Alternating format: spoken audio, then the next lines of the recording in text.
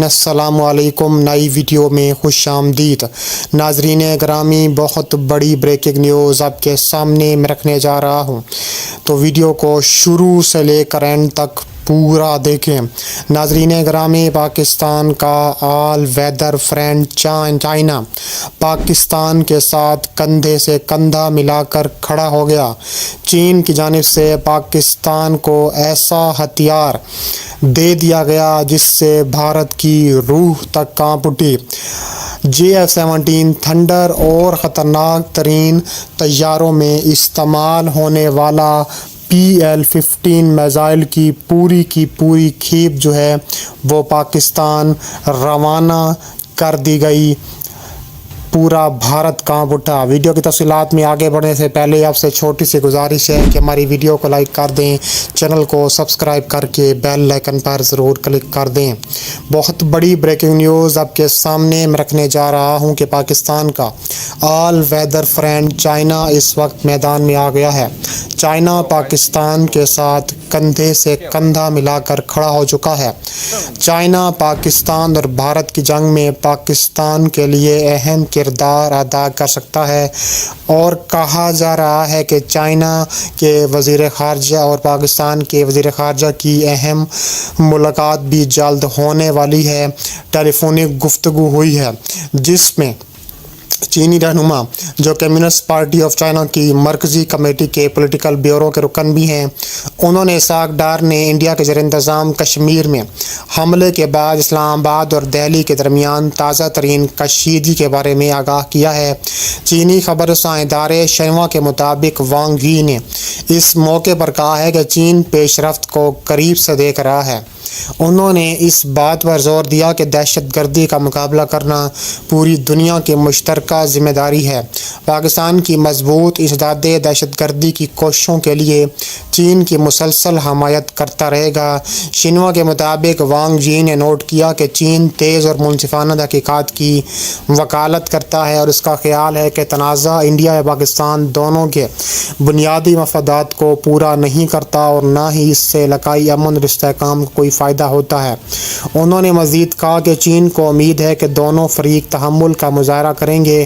انہوں نے کہا ہے کہ ہم پاکستان کی خود مختاری کی بھی حفاظت کرنا جانتے ہیں۔ انہوں نے کہا ہے کہ حالات کو کم کرنے کے لیے بھی کردار ادا کرنے کے لیے چائنا تیار ہے۔ پاکستان نے مسلسل مضبوطی سے دہشت گردی کے خلاف جنگ لڑی ہے اور وہ ایسے کسی بھی اقدام کے خلاف ہے جو حالات کو مزید خراب کرنے کا باعث بنے گا۔ اس کے علاوہ انہوں نے مزید کہا کہ پاکستان صورتحال کو سمجھداری سے سنبھالنے کے لیے پرعزم ہے اور چین اس عالمی برادری کے ساتھ رابطہ برقرار رکھے گا۔ پہلگام حملے کے تناظر میں گزشتہ ہفتے کے آخر میں ڈپٹی وزیر اعظم اسحاق ڈار نے کئی ملکوں کے رہنماؤں سے ٹیلی فون کے ذریعے رابطے کیے۔ انہوں نے چین، برطانیہ اور ایران کے رہنماؤں کے ساتھ الگ الگ بات چیت کی۔ انہوں دہلی نے انڈیا کے زیر انتظام کشمیر میں حملے کا الزام پاکستان پر لگایا ہے، جبکہ اسلام آباد اس کی تردید کرتا ہے۔ پہلگام حملے کے بعد انڈیا نے سندھ طاس معاہدے کو التوا رکھنے کا فیصلہ کیا، پاکستان کے ساتھ سرحدوں کو بھی بند کر دیا، جبکہ پاکستان نے اپنی فضائی حدود کے استعمال پر دہلی کے لیے پابندی بھی لگا دی ہے۔